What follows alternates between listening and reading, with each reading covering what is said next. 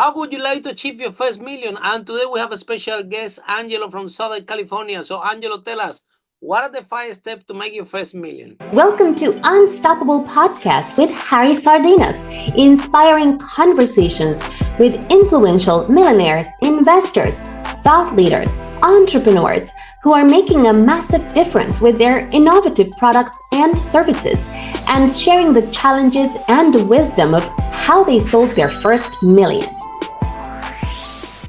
Well, Harry, thank you so much for having me. I think there's a lot of steps, but I think that there's a couple, and 3 of them are going to be revolved around exposure.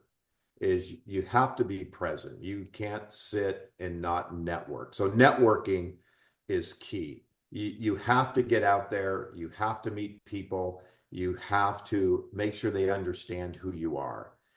And part of that is about self-exposure. So that would be 2. So not just networking, but what kind of presentations can you give? What kind of activities can you do to increase your visibility and create yourself as a thought leader? Now, the next step would be partnerships. Can't do it alone. And to have those strong partnerships. So not only do you network, but you need to find those people that can become referral partners for you, to those partnerships that you can work with. Then the other one, there's 2 more. That's don't chase shiny pennies. Stay in your lane, especially when you're starting to build your business, and not get sidetracked with new ideas, new products, when you haven't fully developed the one that you're working on or the service that you're working on. And the third one is really about pricing, or the 5th one's about pricing. How do you price yourself accordingly so you can get those opportunities, to get those projects, to get those consulting jobs, and having an understanding of what you're worth, right? It's not about, working on a project and then at the end of the day, I didn't make any money. It's about how do you price accordingly to get the value. As I tell companies, it's not about my hourly charge. It's about the 30 years packed into that hour that you're getting. Absolutely. Absolutely, 100%. And that allows you to get paid for what you're worth, but it also allows you to build that worth and to figure out how you, in my case, as a fractional CMO, I sell time, basically. So I only have so much time in my life to sell. And so now you have to look at what you're trying to achieve, how are you going to do it? And then, of course, you start to work your pricing accordingly. And sometimes you got to walk away, but many times you get paid for what you're worth, and that's how you make those steps. Yes. And then, Angelo, let's talk about pricing, because a really important component of pricing is actually the brand, right? If you build a product, right, and the reason that you can price it really high is that story, is that brand about that product, right? We have there are Nike shoes that they selling for $150, right? Where there are other retail stores that you can find trainers for $15. So why people are paying 10 times more? Sometimes it's not even 10 times better. So why do we pay more? And everybody will tell you, no, it's because of the brand. Yeah, but what is the brand, Angelo? Tell us. Well, interesting. A lot of some folks think the brand is the logo, if you will, right? It's with the brand, the swoosh, but the swoosh in Nike stands for a lot of different things. It's about the positioning. It's about the quality. It's about who it represents. Nike technically isn't in the shoe business, right? They're in the business of inspiring the athletes within all of us. So that's what the reason they're in business, right? They happen to sell shoes and apparel. So in any brand, it's about making sure that however you position yourself and the way you want to bring that brand forward, the values of the brand, the positioning, your competitive differentiations, all that make up the brand. Yes, the logos and the fonts, all that, that's part of brand identity, but it's not in essence the brand. So it's really important that you spend time developing that foundation, really understanding what your lane is, how you want to go forward in the market, and then there's evolutions and evolving, but you have to stay true to the brand. I had a client one time, we were talking about customer service, for example, part of his brand. Pardon me. And I said, so what happens how are we going to handle when someone's got an issue? He says, well, we'll tell them to send us an email. And if you don't hear from us in 48 hours, give us a phone call. And I said, well, we just basically told them we're not going to communicate with them for 48 hours. And I said, that reflects poorly on us trying to say we're service oriented, we're involved in your business, we want you to achieve, and then the complete opposite says we're not going to talk to you. So really looking at those components become really important as you layer and structure your brand. It isn't one thing, it's multiple things. And the importance of that brand allows you to expand your services, allows you to expand your business, allows you to charge more. And Absolutely. That's why you and I go to law school, and I'm charging $500 an hour, you're charging $2,000 an hour. We went to the same place, maybe you but the brand and who you are and how you did all those other things I was talking about allows you to elevate who you are in your perception in the marketplace, which allows you to lead to more sales or higher pricing. Yeah. And then Angelo, it comes to the other part of the equation as well, which is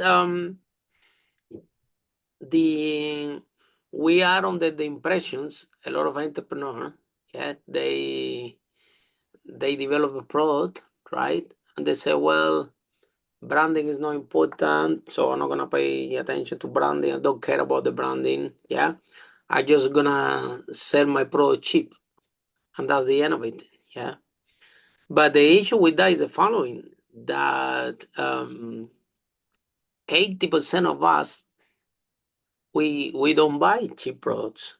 Look the cars that everybody's driving. Look the clothes that everybody's wearing. Look the watches that everybody's wearing. So you don't find people if everybody will love cheap products, why not everybody's driving the cheapest car, and why not everyone is wearing the cheapest clothes? So it happens to be that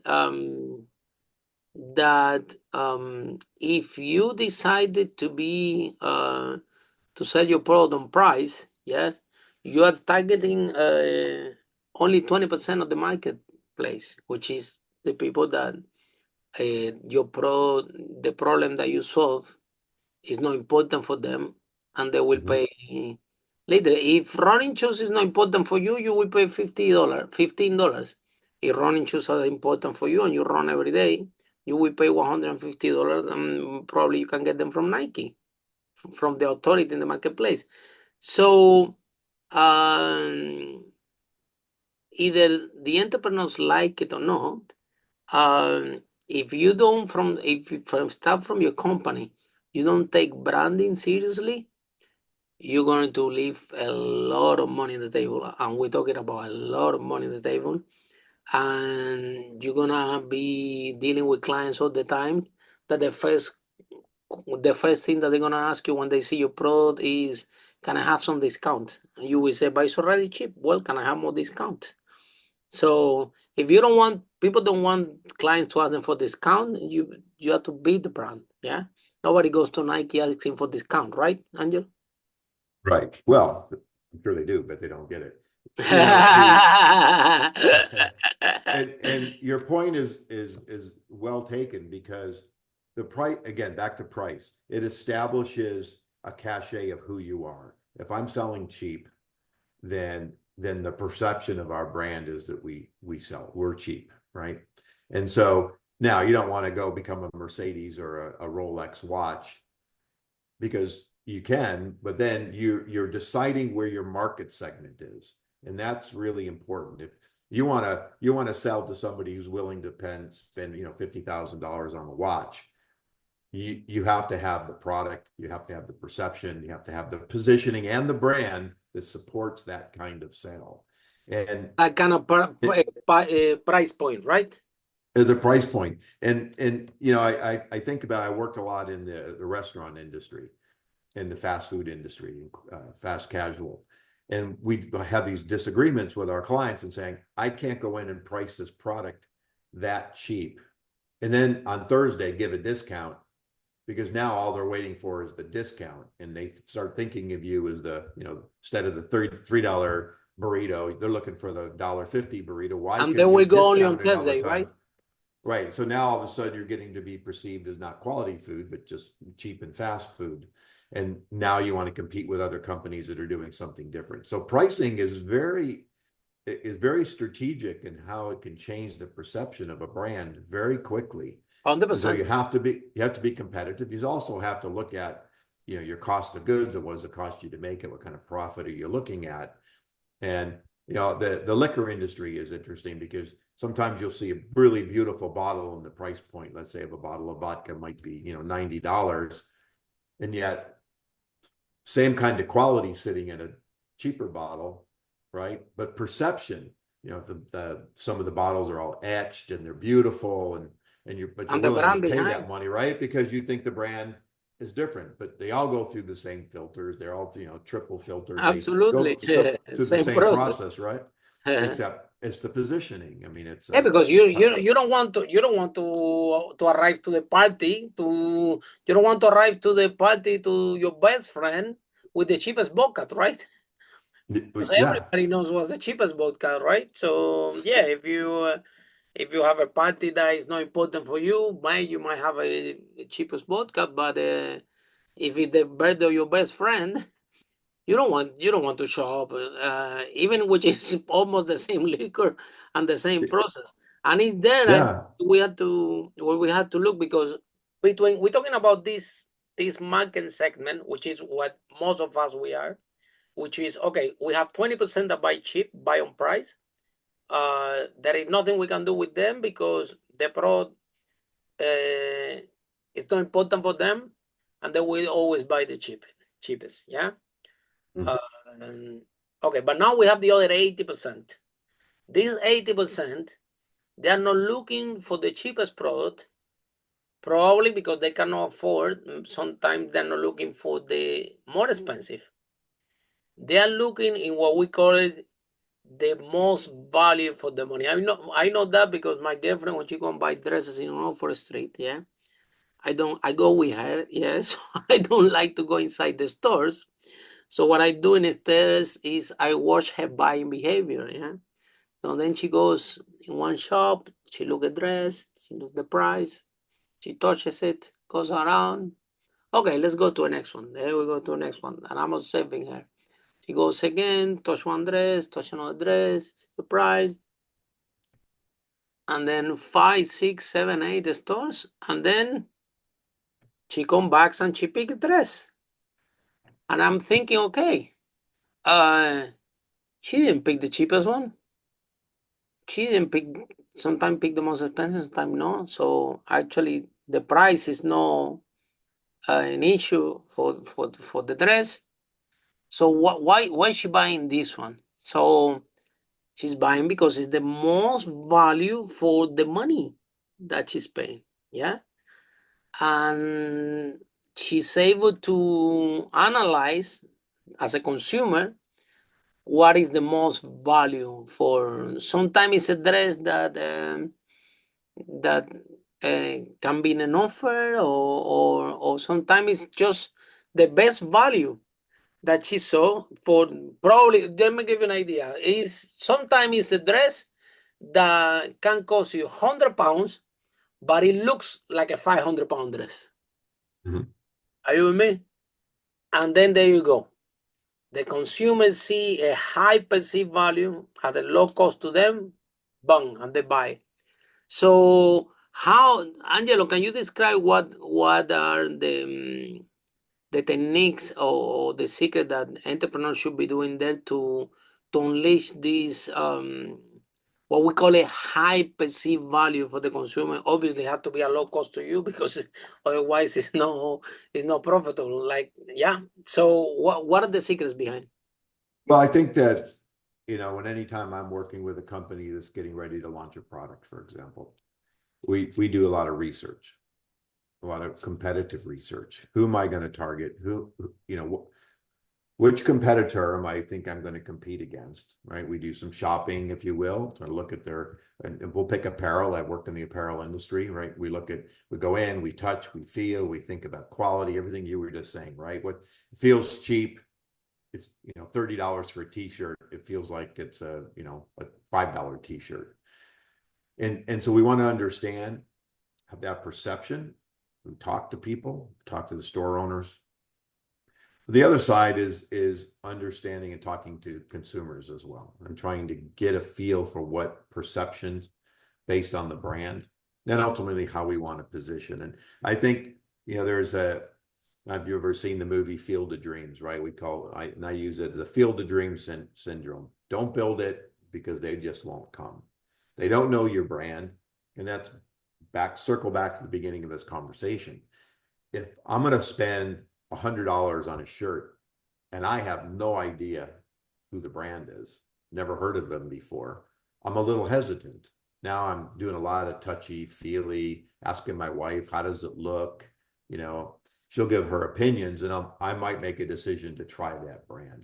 Or she's there saying, hey, I've heard of Marc Jacobs, that's a great brand. Let's go find them. Let's go find Calvin Klein, right? Because those have been ingrained as quality products. Sometimes I got one of their shirts, I'm going, this doesn't feel really good, right? So maybe they went cheap on the materials and things like that. So you can't call yourself a high-end brand and you're using cheap materials. It comes out in the wash. And nowadays, if you're unhappy, used to maybe write a letter to the company. Right now, you just go online right and now you're you tell the whole world. unhappy. Right now you're unhappy. You're in the companies are in trouble because you do have a voice with the social media and the reviews and the other day they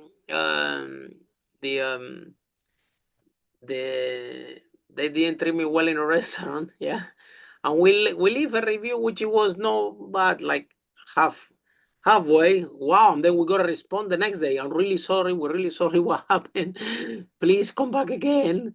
Very quickly they recovered. So yeah, today, and the consumer are getting very savvy now. The consumers are not like before, like, well, you pay, and so those days that we can take advantage of the consumer, that gone.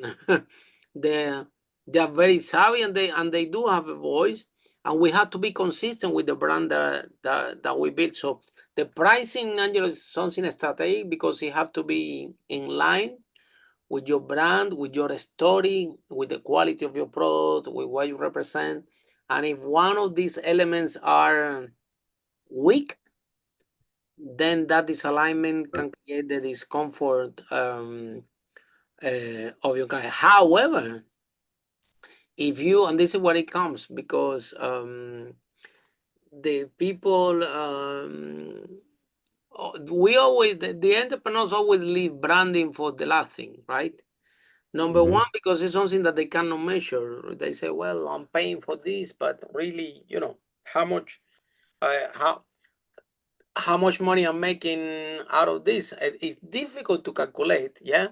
But in the ballpark, can you imagine if you can elevate the price of your product 5%, 10%, 15%, just because you have now in line all these elements that we describe. How much money really we're talking about, Angelo? We're talking about a lot of money, right?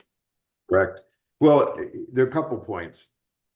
It's as you were describing, right? You have your product and your pricing, and there's two elements there. It's number one, when you're thinking about your brand, it takes time to build a brand. You can't walk out today and I'm XYZ, and therefore nobody knows who you are. Nobody knows what your brand stands for. And so there's all those other elements, but there's two things, right? There's consistency in your message, in your positioning. If you're wishy-washy and you're changing who you are and jumping around. So there's consistency or lack thereof. But you said it. We talked about brand. It's about your story.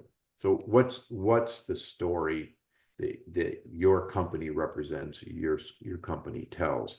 It isn't just like I make shirts. That's not a brand. That's just a product. But how do you craft that brand into a story that people can relate to, they can understand? Hey, I've been in the fashion industry for 50 years and now I'm a designer and I'm launching a new brand, and you start making associations of things that you've done, and all of a sudden they go, hey, he's been around a long time, he's a top designer, and now I want to look for his label. So there is a story, there is a path, and I always tell companies, especially in small companies that are launching and entrepreneurs, is you got to do your research. You have to understand your customers. You have to look at your competitors. And when you launch, you need to stay consistent. You need to constantly reinforce who you are, and don't get schizophrenic about it, and change it constantly. Most companies, especially in the beginning, they get tired of their story, their message, their marketing too quickly because they see it every day. Consumer doesn't see it every day. And so you've got to let it build. It's like using SEO. I was working with a company one time, and they go, yeah, we tried SEO for a month and it just didn't work. And I go, well, I A could have told you month. it wasn't good. Yeah, I could have told you it wasn't going to work, right? It takes time to Take like build, and 6 months, this thing to. yeah, exactly. And so that realistic of what it's going to take, and understanding, your cost and all that stuff. But the story is really important. The story is really important. 100%. The story, that story is what it holds the brand. And the Mhm. more creative you are in this story, just what you share, that Nike, it will define what business are you really in, right? Sorry. Listen. It was the same like Harley Davidson, the motorcycle company. Yep. They were about to collapse at some point, right? Because there are more better motorcycles, the Japanese, they're more faster, they're this, that. So they were losing a lot of market share in the motorcycle industry. However, um, they they work on the brand, okay, and now they are not in the motorcycle business. They are in the lifestyle that the community that ride those bikes stand for, right? The rock and roll, the wear the leather jackets, the and when you build that in that way, right? Then you cannot go out of business. There's no way you can go out of business because you have a community that identify with your product and your Mhm. service. Some of the companies have created brands so strong that now sometimes you don't say I'm gonna get a taxi anymore. You said I'm gonna get an Uber, and it's and then you start to think, well, Uber. Yeah, we all know about Uber or Airbnb, but those companies at the beginning they need to have a strong brand story, in the same like Amazon, right? Amazon, when you find Amazon, probably you don't even remember, but for sure it was one friend that told you, "Wow, you should buy in this store. It's amazing. If the product is wrong, they send it back completely and they give you back the money and things like that, right?" So sometimes it's not even the name; it's what it represents and the quality of that service and the quality of this customer experience. What is stick with the minds of the consumer, correct? But that's all part of the brand, right? It's Exactly. it's It's it that isn't people just a people name. think, It's yeah. Angelo, that brand is just the logo, and that's why they don't take it seriously, and they don't realize that the brand is start from the logo, from that customer experience, for what that company represent. That the name is just the last thing that the consumer is gonna look at. It's just the whole experience, correct? Right. Yeah. It is the experience, and it's about what the name conjures up in your mind, right? If I say Nike, I have a vision of Nike. If I say Adidas, or if I say Mercedes Benz, or I say Toyota, those because of their branding efforts, conjure up a vision in my mind and an expectation that I would expect from that brand. And I think there's a question that I like to ask, and you indicated it and it triggered me, is what business are you in? Right? As I said earlier, Nike's not in the shoe business, they're in the business of 100%. inspiring the athletes, right? The CEO Hailey of Black and Davidson is not in the yeah, business of motorcycle. They are in the yeah, business. exactly. The CEO of Black and Decker once said, people don't go to a hardware store because they need a drill. They go because they need a hole in the wall. And so you have to really step back and, what business are you in? And I ask this question all the time of prospects and clients, and most of the time they give me what they make, Yeah. not the problem that they're solving. It's a very And difficult question to ask it's an if you don't extremely have difficult clarity. question. It's extremely difficult that, and I always challenge people to think about it. I'm not in the marketing business. I'm in the business of helping companies be successful or grow, right? So how they get there may not have anything to do with marketing. It may not have anything to do, I'm more strategic in my approaches. I don't really focus a lot on tactical. That's a byproduct of all the other work, research and understanding your customers, your prospects. And so I'm in the business of, elevating brands using information. And so companies have to think back to where are they? What do we want to do? And especially now, if you're niching, you're in the apparel business and your brand is known for, whatever, 50 plus. Now all of a sudden you decide to get in the teen business. That might not translate. So now do you do that, or do you create another separate brand that becomes more relevant to that market segment? And it is about segmentation as well as where you fit in this kind of scheme of things. Yeah, and then Angelo is also because once you realize which business are you really in, that is gonna what is gonna become your core message for your branding, correct? Mm-hmm. Yeah, absolutely. You It's have about that value. It's about value. What are you bringing? Why should what benefits do I get from buying your products or your services? Not about the service. And that's where I think companies, a lot of times they talk about themselves. They talk about their products and services instead of speaking to you, the customer, and why you should buy, the relevancy of how you're going to benefit from wearing my shirt or buying my drill or whatever it happens to be. And so there's a kind of a customer-centric approach to communications versus a company-centric. There's expectations. There's going to be, the reasons to believe, but I want to understand. I want to feel good about my decision. I want to know that I made a choice. I mean, I don't know if you've ever, sometimes we ventured out and say, I don't know this brand, but this is a really cool jacket and I don't know them, but I'm going to take a chance. And then you get the product and, it's cheap and you didn't spend a lot of money, but now all of a sudden this actually just happened. We saw this cat product, is auto flow of water, because when we go, let's say, leave our cat, we want to make sure the cat's getting fresh water. So the product looked big and blah blah blah, and we took a week to get here. It cost $30, but we didn't read the fine print. Came out of China, and I can't send it back unless it's broken.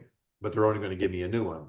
So I'm out $30. The product was tiny, needed a plug, which it never said it did, and it's useless. So, now it's in the trash. So then you took a gamble on something that sounded good, but you didn't know the brand, right? And I want to spend $50 or $100 for a brand that I knew. So again, it's about all those different pieces, customer experience, exactly. But then, Angelo, this is got the most interesting part, because now you were 20, 30 years, 40 years in a business, and now it's your time to exit. And now, what you're selling is not yourself, you're selling a brand. And if you haven't built that brand, you have nothing. Yeah, well, so the business is not hurry. The business no.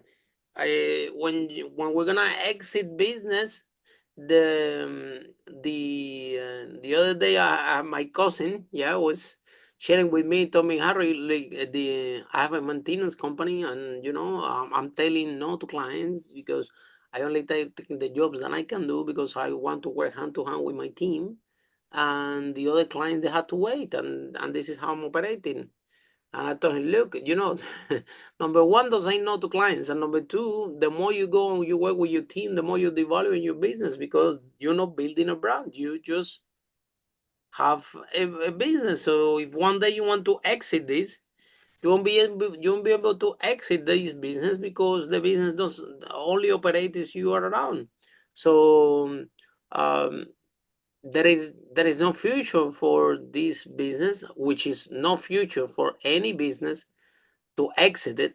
You cannot sell it if you haven't built the brand because this is actually what the what the buyer is interested in. Exactly like you say, it takes time to buy a brand, and you can see these big brands, look, Gucci, these luxury brands, they are owned by bigger groups that bought those brands, yeah, for a lot of money, but because those brands represent something, right? Yeah. So, in an acquisition, a couple things, right? If a company's going to acquire you, they're going to acquire you for a reason, whether it's a financial reason or whether it's a strategic reason, right? They want you because you have something that they don't. And it could not even be a product. It could be access to a new market or a new segment. And so, but on the flip side, when you're thinking about exiting, and I always say the rule of thumb is start thinking about exiting kind of when you start your business because it takes time to understand what you're going to do. And you're seeing a lot of boomers right now, right? They're aging. They don't want to be involved anymore. And they want to sell the business. Now, if you're selling manufacturing company or a physical product, it's a little easier than if you're selling yourself. To go off your statement earlier, I mean, I'll take my business. I mean, my business is me and a handful of people. But the last time when I sold my advertising agency, part of the deal was I had to go with it for a period of time. Why? Because, I had creative people, I had media people, I had people, and I had some accounts that could come and go.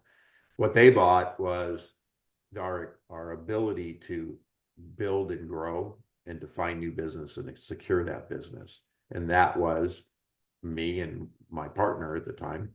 And we had to fulfill that. So in a service business, a little bit difficult unless you're setting that tone. You have law firms. You have multiple people on the sign, right? You can exit and you can still have your business. They can buy you out. Those kinds of things. But if you're a solopreneur or just a couple people and you're involved, in the day-to-day, you're not out there trying to build what we talked about earlier, networking, building your partnerships and doing all that to create a greater value that I could buy your business, but I ultimately don't need you. The business can run without you. Now I got maybe something I can buy, but if the business is 100% dependent on you, then I got to buy you. Right. And I think that's where a lot of entrepreneurs, especially in the service business, don't really understand it. They spend years building a business and they now want to sell. What are you going to sell? Clients. Clients can come and go. I was one of my clients in the payments industry, and we talked about acquiring portfolios, but at the end of the day, they can come and go. Like there's no security in doing that. So, that's not necessarily a strategy for us versus, hey, I want to acquire, I want to grow, I want to buy a new manufacturing company that does powder coating because I do machining. Now I've got some synergies. It's a strategic buy, gets me into new markets, new solutions.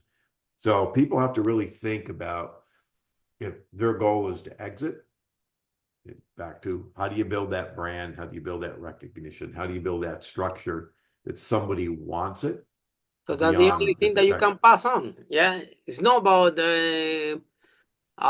okay, my brand. Let's say I don't know, Amazon. Yeah, it's not about that name, Amazon. This is not what the people are acquiring. The people are acquiring the whole experience that is behind that name. and they want to take that name, that brand that you develop, which have a certain brand standards and customer experience, right? And they can either incorporate to the products and services that they have. Sometimes those products, that brand aligns with the values of the company that is acquiring them. But still, you have to, if this is not defined, right, it's gonna be very difficult to the people to acquire you, to people to buy your business, because they don't know what they're buying. They don't know what the company stands for. They don't know what is the big goal, what is the big vision, what is the capacity for growth if this is not clear. Then, Angelo, the other question that I want to ask you is, so when it comes to branding, again, the issue is the following: it's so important, but so difficult to entrepreneurs to calculate the return on investment, because it's not something like, for example, marketing. You take $2 in advertising and you sell your product at 10. Okay, you can do that all the time because you're making profit. So you take the $2 again, you put in advertising, you get 10. So you know that in that operation is giving you a profit, right? Now, branding completely different, because branding, it will take this product and maybe you sell it for 10. And if you do the right story, you improve the customer experience, uh, you improve all that story behind the product and how they make it feel to the clients, and touch into that, tap into that emotions and feeling for the client. Now the product, rather than 10, could be 20, could be 30, and now it's going to become a medium high product, and you're talking about serious money, a lot of money that can be made when you are telling your story consistently, when you're building that brand. Because at the end of the day, like I said, same thing that you said with the vodka, the cost of the products is roughly the same. Okay, if you have better brand, you have to use better quality, but you have huge margins when you build your brand. But then entrepreneurs are not able to calculate that gap, and that's why they don't take it branding seriously, and they only take it seriously when they're gonna exit, right? And they only start to take it seriously when somebody else is selling a similar product at double, 2, 3 times, that they don't understand what's going on. So, what message do you have for the entrepreneurs that are not taking branding seriously? Well, I think that there's a kind of a true better understanding of what brand stands for, and it isn't just kind of the pieces. It is about everything we talked about. It's about the story, it's about the messaging, it's about the service, it's about the product, it's about the positioning, it's about your differentiation. All those different pieces make up that brand. And if you just take the word brand out of it, you would not, and maybe you would, launch a product without doing some of these things. And I know companies do that all the time. And so the brand itself, what you don't want to happen is let the market define who you are. Mm-hmm. Right? And think of it, especially in an entrepreneurial state, whatever products or service you're selling, the reflection is really you, right? So think about how you want to be perceived in the market, how you want people to think about you. We'll make it simple. That's what you want your brand to stand for. That's what your brand needs to communicate and be reflective. And as companies grow, that starts to change. But in small companies, it's if you've got a lot of integrity and you want to be trustworthy. Those are the characteristics you want your brand to stand for. And again, don't call it brand, just call it your company. But that's what you want to stand for. And I think you have to look at, if you're all those things, right? You're conscientious, you're trustworthy, you've got a lot of integrity, blah, blah, blah. You don't want your brand to be the complete opposite of that. And if you let the market define you, and again, especially like we talked earlier, you make a mistake, get some bad food, your clothing falls apart, you get mad, somebody hops online, starts writing bad reviews. That's really about your reputation, which is reflective in your brand, right? So you get a bad reputation. So brand management is extremely important in recognizing that ultimately that's what people are buying. They're not necessarily buying you, they're buying what that brand stands for, which is your reflection of you.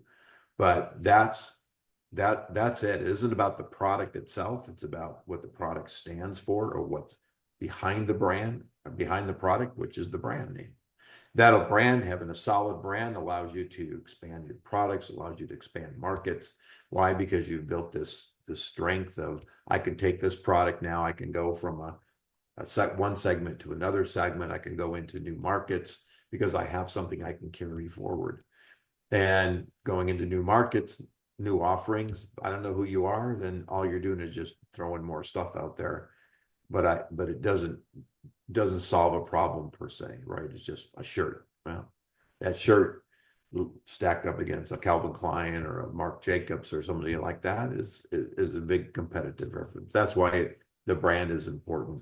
And whether the brand is the person, right? A lot of those people I just named, they're the designers. They became the reflection of the brand. They stand for something. So even if it's your name, my company was called Angelo Ponzi. I want it to reflect who I am. I can't let it get trashed. I can't get have a bad brand image or a brand image. So I think, to your audience, they really need to step back and understand the importance of having that solid positioning and perception of who you are. And you need to control that. You can't let the market define who you are, because they might define you not the way you want to be defined. And also the alignment between the corporate brand and the personal brand, because that's the other thing as well, that the personal brand of the founder has to be aligned with the corporate brand, because that's also something that the clients that now they are very savvy. They want to know more, not even about the brand story, about what the product represents, but also who's the person behind the brand and what the person represents and how is the personal brand of that person. So, but if we take all these boxes, we are in the root for success. Angelo, if the people want to learn more about what we discussed today, how they can find you and how the process works? Sure. The best way is to go to LinkedIn. You can find me on LinkedIn. That has links to all my website and all my channels. And my website would be the second place to go, but LinkedIn is the first. I have I publish a lot of blogs and articles, and you can find those on my website. Also on my website, I've got some free resources that you can download. But those are probably the two biggest places to go. And again, LinkedIn would be the way to get to all of them. Last question, Angelo. Why you decide to become an entrepreneur? That's a good question. I think it's reflective of my parents. My father decided he wanted to work for himself, and he was probably in his early 30s. And so my whole life, I just saw him running his own business. Wow. And I thought that, would be the way to go. I actually started my first business when I was 23. It failed miserably. Well, welcome to the club. That's what happened. Yeah, but it was a good experience. Yeah, and I think that has just always been in the back of my mind. And that's what I did. I've gone my own businesses. I've worked for people, but. Why your dad told you the first day that you told him that you're gonna build your business? He was not happy. He preferred you to go to school, or? Oh no! I went to school. I did go to school, and I was working for somebody, and I was excited about an industry segment, and I met a couple guys that were older than me, and they convinced me that we could start a business and be successful. But unfortunately, my first lesson was you can't always depend on what somebody tells you. And Good I that you learn realized that, very early, yeah. yeah, Very I early. learned very early. But yeah, even the last job I had, which was back in 2014, I went there. The recruiter said, it's a family business, 30 years, you're gonna do this, you're gonna do that, all these things are gonna happen. And then the company gets acquired. We had a government side of the business and a commercial side. I was on the commercial, and the company that acquired us was doing a big presentation on the future of the business. And at the end of the presentation, I raised my hand and said, my division's not in your plan. And I watched them, the eyes go up. I watched them do a little song and dance. And you're Barry, you're tucked in over here. And I said, okay, I'm done. I'm done letting people control my life. So, and I had done this before, so I went back and decided to go start a business again. Fantastic. So thank you so much, Angelo, for this broadcast and to share valuable knowledge with our audience. And we invite all these entrepreneurs listening to this podcast, like to pay attention to what we discussed today, because we speak the truth. And branding is key when it comes to become a business, to be an entrepreneur. Because if you're able to build that brand, you will be able to exit that business. Yeah, but also it can increase a lot your turnover and the growth of your company, because you literally can charge more for your product or your services, because the people are not buying a product, the people will buy what your brand represents. They want to be part of that community, want to be part of that tribe that use your product and service, and they don't mind to pay an extra for that. So thank you so much, Angelo. And for you, see you in our next episode of Unstoppable, how brave entrepreneurs like Angelo break that wall and achieve the first million. Bye for now. Right. Thank you, Harry. Pleasure. Follow us for more interviews with world's most influential, audacious entrepreneurs that overcame challenges and adversity, providing you with the blueprint of how they sold their first million so you can grow your business exponentially.